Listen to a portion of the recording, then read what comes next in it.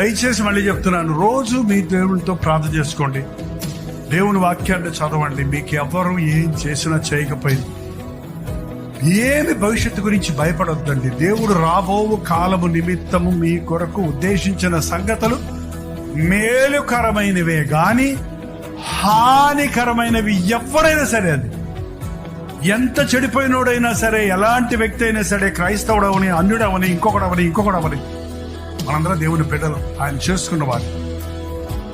నీవు ఎరగక ముందే నిన్ను ప్రేమించిన ప్రభువు నీకు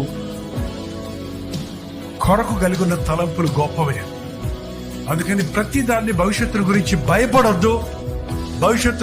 భవిష్యత్తు కొరకు మనుషుల మీద ఆధారపడొద్దు. నాకు డిగ్రీలుంటే బతికిపోతాను, నాకు డబ్బులుంటే బతికిపోతాను, నాకు ఇల్లు ఉంటే క్షేమంగా ఉంటాను, నాకు ఇతర దేశంకి వెళ్ళి సెటిల్ అయిపోతే నాకు ఇంకెవడు తొంట ఉండదు అనే ఆలోచనలతో మనుషులు నిండిపోతాడు.